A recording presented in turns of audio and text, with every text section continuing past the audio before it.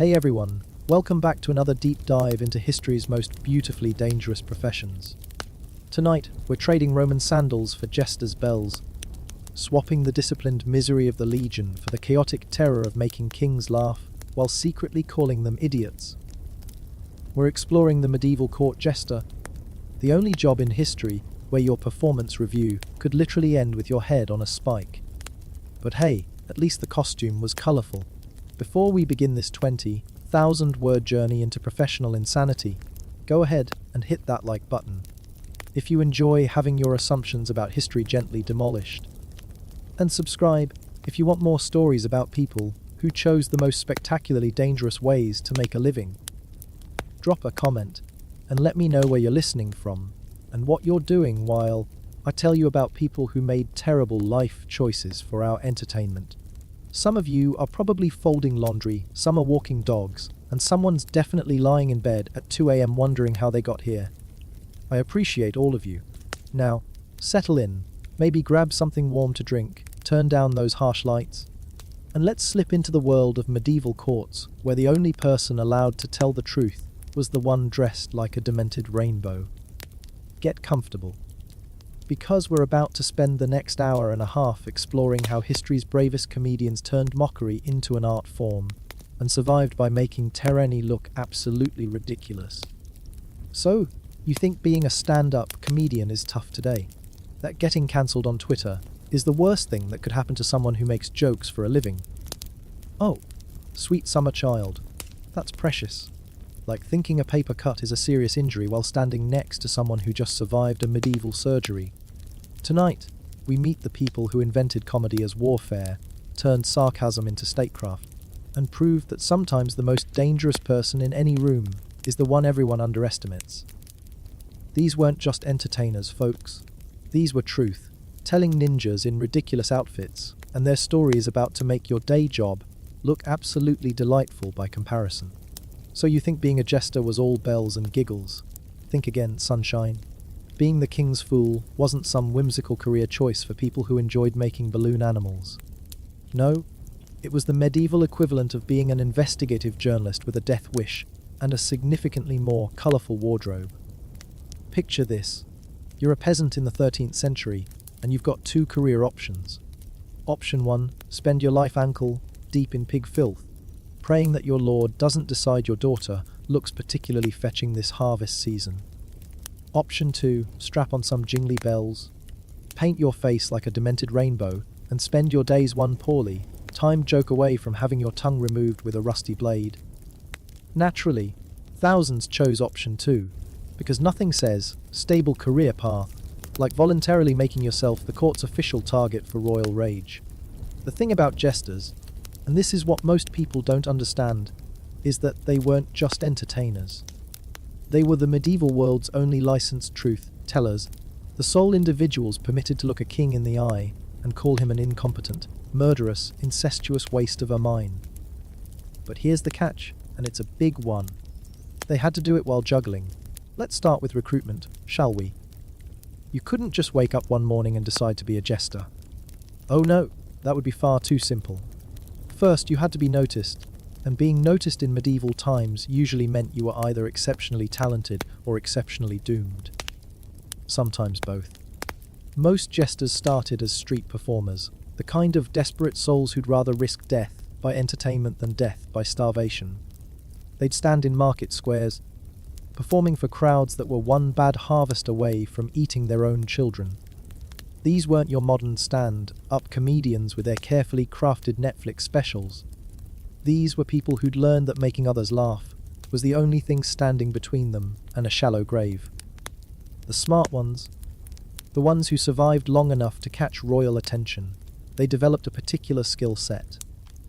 They learned to read rooms like fortune tellers read palms. They could spot a lord's guilty conscience from 50 paces and a queen's secret affair from the way she blushed at certain names.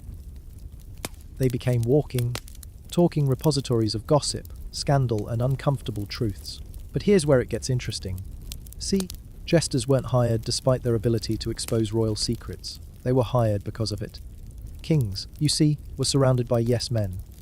Courtiers, advisors, nobles, all of them so busy kissing royal posterior that they'd forgotten how to form independent thoughts. Everyone told the king he was brilliant, handsome, wise, beloved by his people. Everyone except the fool, who was contractually obligated to point out that the king's breath could kill a horse at 20 paces, and his latest military strategy had all the tactical brilliance of a drunken badger.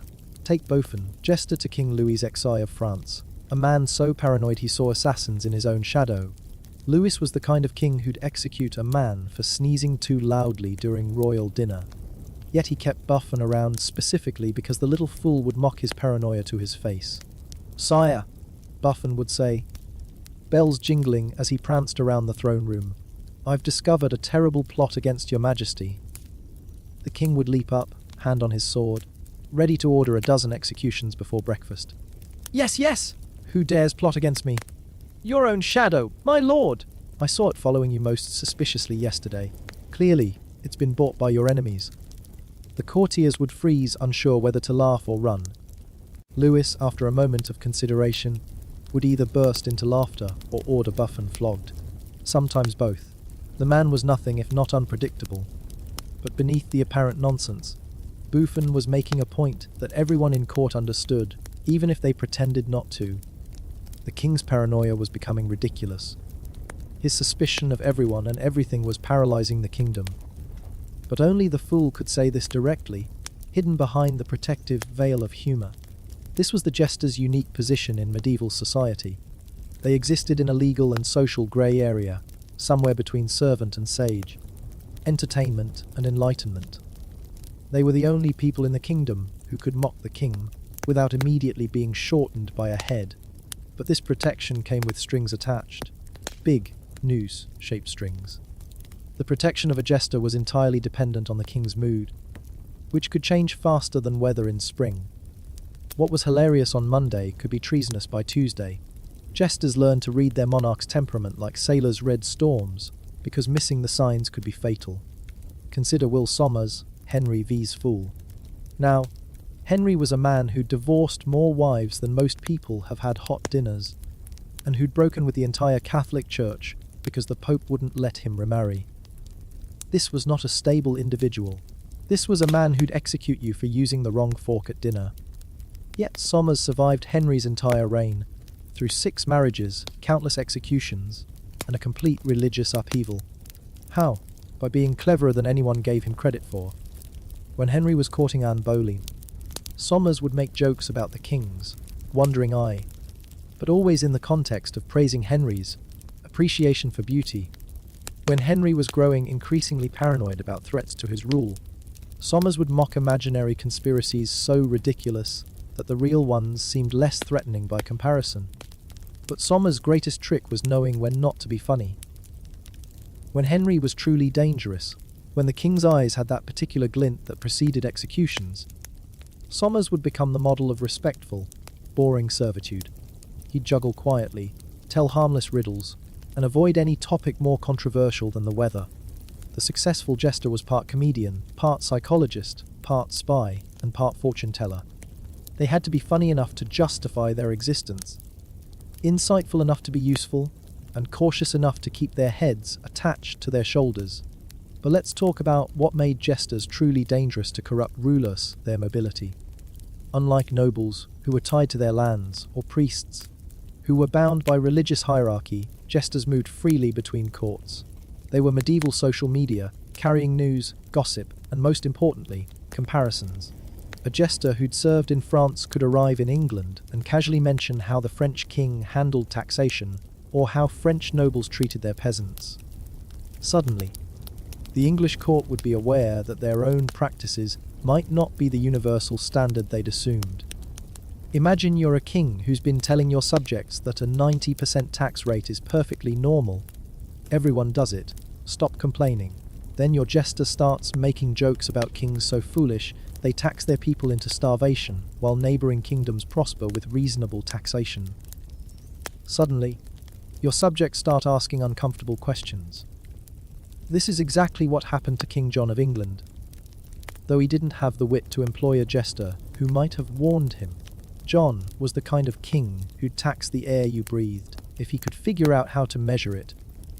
He was so unpopular that his own nobles rebelled and forced him to sign the Magna Carta, essentially the medieval equivalent of a restraining order. If John had kept a clever fool, that jester might have spent months making jokes about kings so greedy they'd steal pennies from dead men's eyes. The court would have laughed, but the message would have been clear: you're pushing too hard, and the pushback is coming. But jesters didn't just mock individual failings. They were the keepers of uncomfortable historical memory. While official court historians were busy rewriting events to make the king look heroic, jesters remembered the embarrassing truth. Take the story of Yaroslav the Wise's jester, known only as Mockingbird, who served the Russian prince in the 11th century. Yaroslav was actually quite competent as rulers went, but he'd earned his position through a brutal civil war against his brothers, a conflict that devastated the kingdom and left thousands dead. Mockingbird would regularly perform a routine about a man who'd burned down his own house to kill the mice in his attic. The audience would laugh at the obvious stupidity, but everyone understood the reference. Yaroslav had indeed secured his throne, but at the cost of nearly destroying the very kingdom he'd fought to rule. These historical parallels were particularly dangerous because they couldn't be dismissed as lies. Everyone knew what had happened. The jester wasn't making false accusations. He was simply refusing to let uncomfortable truths be forgotten in favor of comfortable myths. The most skilled jesters developed what we might call the reverse compliment, a technique so sophisticated it bordered on artistry. They would praise a king's virtue in such exaggerated terms that the praise itself became mockery. "Oh, your majesty is so generous," a jester might proclaim. "Why, just last week you only had 3 peasants executed for poaching rabbits on your land. In the old days it would have been 6. Your mercy knows no bounds." Technically, this was praise.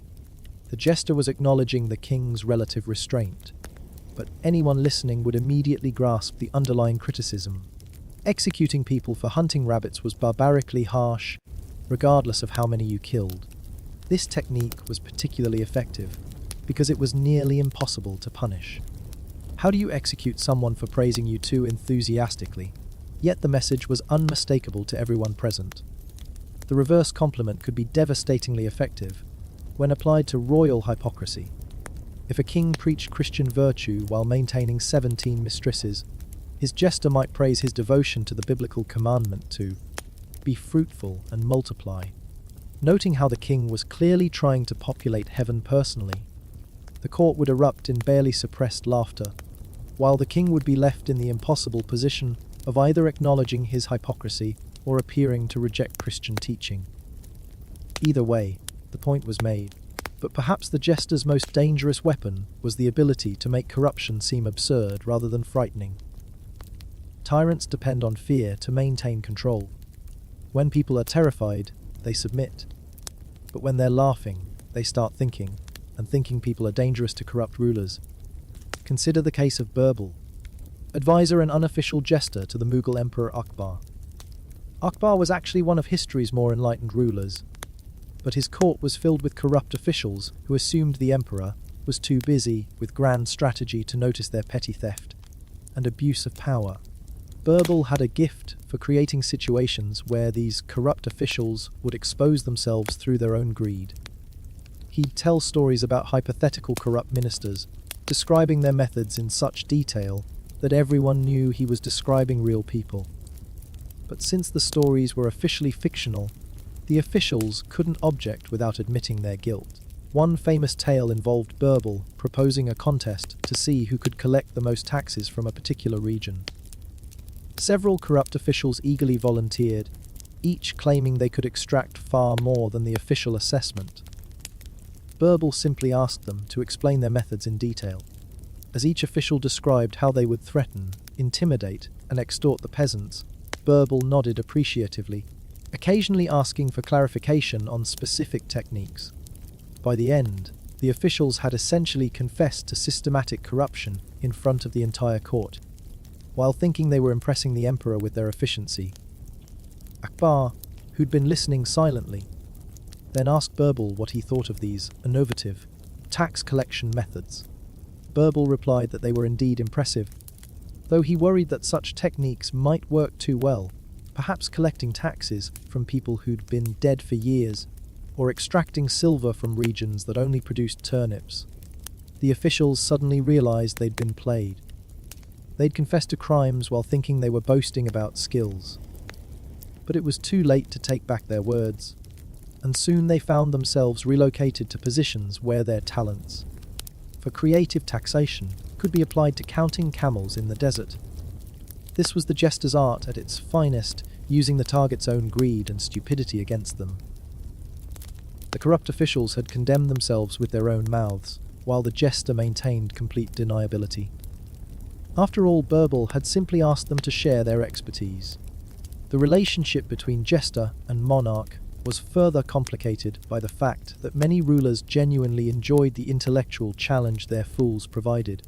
A clever jester was a sparring partner, someone who could match wits with a king without the groveling and political calculations that characterized most court interactions. This created a paradoxical situation where kings would simultaneously value and resent their jesters. They appreciated having someone who could think independently and speak honestly, but they also chafed at being the constant target of mockery. Frederick II, Holy Roman Emperor, maintained a complex relationship with his jester Dante, not the famous poet, but a sharp-tongued fool who seemed to take personal delight in puncturing Frederick's pretensions. Frederick considered himself a philosopher, king, a learned ruler who brought enlightenment to his subjects through wise governance. Dante would regularly mock this self-image by creating elaborate philosophical arguments that led to absurd conclusions. He might spend 20 minutes proving, through impeccable logic, that the emperor's horse was actually the true ruler of the empire, since it carried the emperor everywhere, and thus bore the real responsibility for imperial decisions. Frederick would find himself simultaneously impressed by the cleverness of the argument and irritated by its implications. This tension kept both men sharp, the emperor constantly defending his positions, while the jester constantly finding new angles of attack. But this intellectual dance was dangerous for both participants. Jesters who grew too confident in their wit sometimes forgot that their protection depended entirely on royal whim. Frederick might enjoy verbal sparring today, but if he woke up tomorrow with a headache and a bad temper, yesterday's clever wordplay could become today's capital offense. The smart jesters learned to vary their approach, mixing gentle mockery with genuine usefulness. They'd follow a particularly sharp joke with a useful piece of intelligence or a genuinely helpful suggestion. They positioned themselves as valuable advisors who happened to be amusing, rather than entertainers who occasionally stumbled onto useful insights. This balancing act was particularly crucial during times of political instability. When kingdoms faced external threats or internal rebellion, the mood at court could shift dramatically. What had been acceptable criticism during peaceful times could suddenly be viewed as dangerous sedition when the kingdom's survival was at stake. Jesters had to be masters of timing, knowing when to push boundaries and when to retreat into safer material. The best fools developed an almost supernatural ability to read the political atmosphere, adjusting their performance to match the prevailing conditions. During the Crusades, for instance, European jesters had to navigate the complex politics of religious warfare. Mocking the king's military failures could be seen as undermining the Christian cause, but failing to acknowledge obvious disasters could make the jester appear out of touch, or, worse, complicit in royal incompetence. Many jesters solved this dilemma by focusing their criticism on the enemy. Rather than directly mocking Christian failures, they'd create elaborate satirical portraits of Muslim leaders, describing them as brilliant strategists who could outwit any European king. The implication was clear. If the enemy was so clever, perhaps Christian leaders needed to be more careful in their planning. This technique allowed jesters to highlight Christian mistakes without appearing disloyal. They weren't criticizing their own side. They were warning about the enemy's cunning. That the warnings often took the form of detailed descriptions of past Christian blunders was simply unfortunate coincidence. The religious dimension of medieval humor added another layer of danger to the jester's profession. The Catholic Church wielded enormous political power, and offending the wrong bishop could be just as dangerous as insulting the king. Jesters had to mock religious hypocrisy without appearing to challenge religious doctrine, a distinction that could be impossible to maintain in practice. Some jesters handled this by positioning themselves as defenders of true Christianity against corrupt churchmen. They'd tell stories about priests so holy they'd never touched money, or monks so devoted to poverty they'd given away their own shadows. The implication that real priests and monks fell short of these impossible standards was obvious, but the jester could claim to be promoting religious virtue rather than mocking religious institutions. This approach was particularly effective because it aligned with popular sentiment. Medieval peasants were often deeply religious while simultaneously resenting the wealth and power of church officials. A jester who mocked fat bishops living in luxury while preaching about spiritual poverty was simply giving voice to widespread feelings. But the most sophisticated jesters understood that their real power lay not in individual jokes, but in the accumulation of implications over time. A single mock could be dismissed as entertainment, but dozens of jokes pointing in the same direction created a narrative that was harder to ignore. Consider the long campaign that various jesters waged against the practice of selling church offices, a form of corruption known as simony. Rather than making direct accusations, they developed a rich mythology around the idea of holy positions being awarded based on merit rather than payment. They'd tell tales of bishops chosen through divine signs, priests selected by angels, abbots appointed through miraculous events. Always, these stories would emphasize how the chosen individuals were poor but virtuous, selected over wealthy but corrupt alternatives. Over time, these stories created an implicit contrast with reality, where church positions were routinely sold to the highest bidder. The audience began to understand that the current system was not just corrupt, but actively contrary to divine will. This narrative approach was particularly powerful because it didn't require the audience to accept any single joke or story. Even if individual tales seemed far-fetched, the overall pattern created a compelling argument against existing practices. Jesters also exploited their access to multiple social levels in ways that made rulers deeply uncomfortable. Unlike other court officials, who typically interacted only with their social equals or superiors, jesters regularly performed for mixed audiences that included everyone from nobles to servants. This meant that jokes told in the throne room would inevitably spread to the kitchen, the stable, and eventually the street. A jester's mockery of royal excess would be repeated by castle staff and eventually reach the ears of townspeople and peasants who were paying the taxes that funded that excess. Kings understood this dynamic, but were powerless to control it without eliminating jesters entirely, which would mean giving up their unique position as the only source of honest feedback in an otherwise sycophantic environment. The social mobility of humor created a form of indirect democracy in otherwise authoritarian societies. Through their laughter, common people could express opinions about royal policies that would be treasonous if stated directly. The jester served as both catalyst and conduit for this underground political discourse. This democratic aspect of humor explains why so many authoritarian rulers have been suspicious of comedians throughout history. Humor creates solidarity between ruler and ruled in ways that can be dangerous to absolute authority. When people laugh together at the same jokes, they're acknowledging shared values and perspectives that transcend social hierarchy. Medieval jesters were acutely aware of this power and used it strategically. They'd tell jokes that worked on multiple levels, appearing to support royal authority while actually undermining it. The surface meaning would be acceptable to the king, while the deeper implication would be obvious to everyone else. A jester might praise the king's wisdom in raising taxes, noting how this would encourage his subjects to work harder to afford the increased burden. Technically, this was supportive, but everyone understood the real message. The king was imposing hardship on people who were already struggling. These multi-layered communications required extraordinary linguistic skill. Jesters had to be poets, diplomats, and politicians all at once, crafting messages that would be understood differently by different audiences while maintaining plausible deniability for themselves. The most successful jesters developed personal mythologies that enhanced their protective status. They cultivated reputations as wise fools whose apparent nonsense often contained profound insights. This reputation gave them additional latitude to speak uncomfortable truths, since audiences would assume there was hidden wisdom in even their most outrageous statements. Nasruddin, the legendary wise fool of Islamic tradition, exemplifies this approach. While probably based on multiple historical figures rather than a single individual, the Nasruddin stories demonstrate how jesters could embed serious criticism within apparently absurd narratives. In one famous tale, Nasruddin searches for his lost keys under a street lamp, not because he dropped them there, but because the light is better. When asked why he doesn't search where he actually lost them, he explains that area is too dark to see properly.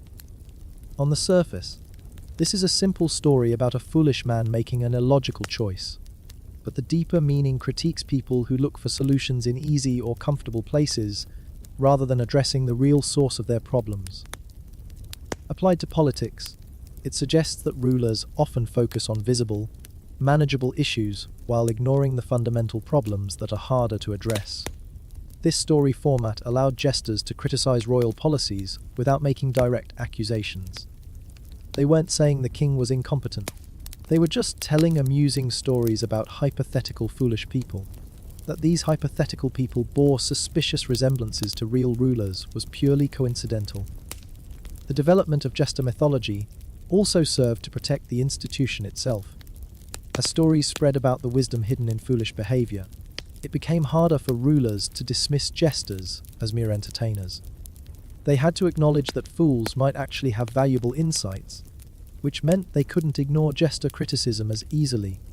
This mythological protection was crucial during periods when royal patience with criticism was particularly thin. Even a king who wanted to silence his jester had to consider whether doing so would make him appear foolish himself, unable to appreciate wisdom that others found valuable. The golden age of court jesters roughly corresponded with the height of medieval monarchy from about 200 to 1500. During this period, the role became increasingly institutionalized, with formal positions, salaries, and even succession protocols. But this institutionalization also marked the beginning of the end for truly independent jester criticism. As the position became more official, jesters became more dependent on royal favor and less willing to risk genuine confrontation. The wild, dangerous fools of the early medieval period gradually gave way to safer, more predictable court entertainers. The transformation reflected broader changes in royal power structures. Early medieval kings were often little more than successful warlords who'd managed to accumulate enough force to claim a crown. They were surrounded by other ambitious warriors who might challenge their authority at any moment. In this environment, having advisors who could speak truth to power was actually valuable for survival. Later medieval and early modern monarchs ruled through increasingly complex bureaucracies that insulated them from direct challenge. They were less interested in honest feedback and more concerned with maintaining the elaborate court ceremonies that reinforced their divine authority. Jesters adapted to these changing circumstances by becoming more subtle in their criticism and more theatrical in their presentation. The emphasis shifted from direct confrontation to elaborate entertainment that might contain hidden meanings for those clever enough to decode them. This evolution can be seen clearly in the contrast between early jesters like Buffon, who could mock Louis XI to his face, and later figures like Trebolet, jester to Francis I, who expressed criticism through complex allegorical performances that required extensive interpretation. Trebolet developed a form of satirical theatre where he would stage elaborate scenes involving fictional characters, whose adventures paralleled current political events. These performances were sophisticated enough to entertain the court while providing sufficient plausible deniability to protect the performer. If Francis objected to implications in a particular scene, Trebolet could always claim he was simply telling stories about imaginary people.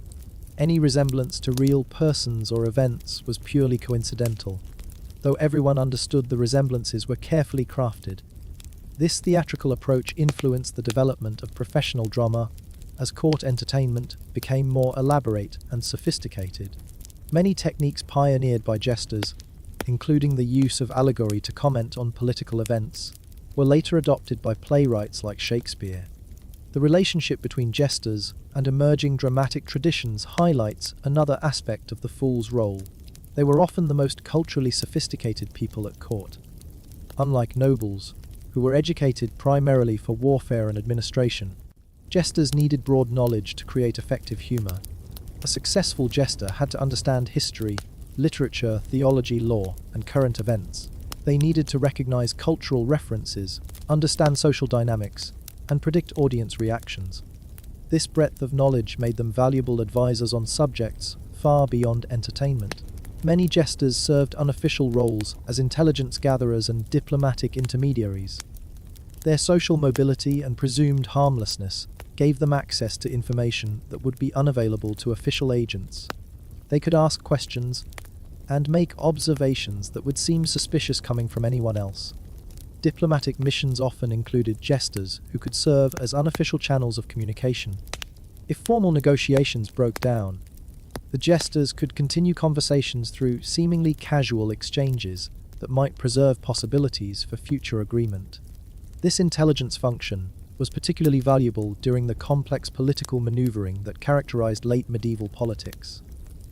Royal marriages, military alliances, and territorial disputes all required careful information gathering and discreet communication.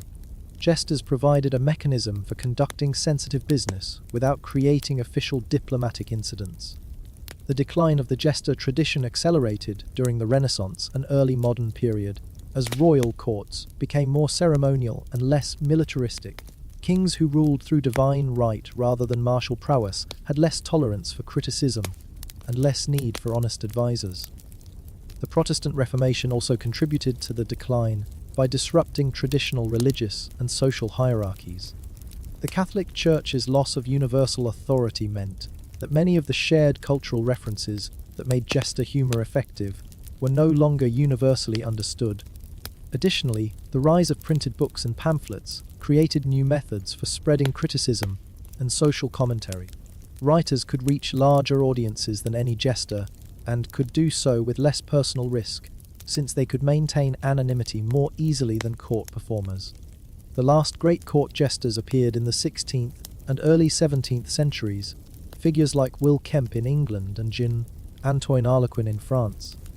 These performers maintained the tradition of using humor to comment on political and social issues, but they operated in increasingly constrained environments.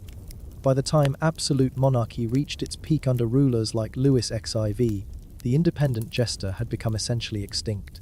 Louis XIV's court at Versailles was designed to reinforce royal majesty through elaborate ceremony, and there was no place in this system for someone whose job was to point out the absurdity of royal pretensions. The jester's function was gradually distributed among other roles. Court historians recorded official versions of events, while satirical writers and playwrights provided social commentary for literate audiences. But no single figure retained the jester's unique combination of access, protection, and license to speak uncomfortable truths. The loss of the jester tradition represents more than just the end of a particular form of entertainment. It marked the disappearance of an important checker on royal power and a unique form of political discourse that balanced criticism with loyalty, truth with entertainment. Modern democratic societies have created new institutions to serve some of the jester's functions: investigative journalism, political satire, and opposition parties all provide mechanisms for criticizing authority. But none of these modern institutions quite captures the personal, immediate, and visceral quality of the medieval jester's relationship with power. The jester stood directly in front of the king and made him laugh at his own failings.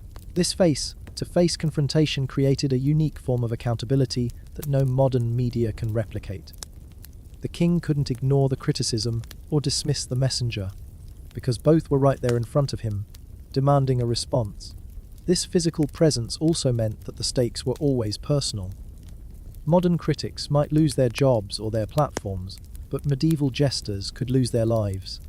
This danger gave their criticism a weight and immediacy that's hard to match in less dangerous times. The jester's bells and motley weren't just costume elements, they were symbols of a unique social contract. The fool agreed to be marked as different, to be seen as less than fully serious, in exchange for the right to speak truths that others couldn't voice. This bargain required extraordinary courage from people who were often born into poverty and obscurity. They chose to make themselves visible, vulnerable, and valuable in a world where safety lay in invisibility. They traded security for the opportunity to influence events far above their social station. The great jesters were artists of truth, telling masters of the delicate balance between revelation and survival. They found ways to expose corruption, criticize policy, and challenge authority while maintaining the fiction that they were merely entertainers. Their legacy lives on in anyone who uses humor to highlight injustice, challenge authority, or force uncomfortable conversations. But the medieval jester remains unique in the intimacy of their relationship with power and the immediacy of their danger. They stood at the intersection of truth and power, entertainment and politics, wisdom and folly. They reminded kings that all authority is ultimately human, all power ultimately temporary, and all pretensions ultimately absurd. In a world of absolute monarchy and divine right, the jester was democracy's secret agent, using laughter to create spaces for criticism and dissent. They proved that humor could be a weapon, that entertainment could be rebellion, and that the most dangerous person in any kingdom might be the one everyone dismissed as harmless. The bells have long since fallen silent, the motley has faded, and the last of the great jesters have taken their final bows. But their example remains that truth can survive even in the most dangerous circumstances, that power can be challenged even by the powerless, and that sometimes the most important things can only be said by those brave enough to be called fools. Their story is a reminder that freedom of speech isn't just a legal principle, but a practice that requires constant courage. Every society needs its jesters, its truth-tellers, its brave fools willing to point out that the emperor has no clothes. The medieval jester's legacy is more than historical curiosity. It's a blueprint for resistance, a guide to speaking truth to power, and a reminder that humor can be the most subversive force of all. In the end, the jesters won. The kingdoms they mocked have crumbled, the kings they criticized are forgotten, but their jokes survive. Their laughter echoes through history, reminding us that all authority is temporary, all power is borrowed, and all emperors, eventually, must face the fool who dares to point out their nakedness. The bells are silent now, but the laughter remains, and in that laughter lies the eternal hope that truth, however dangerous, will always find a way to speak.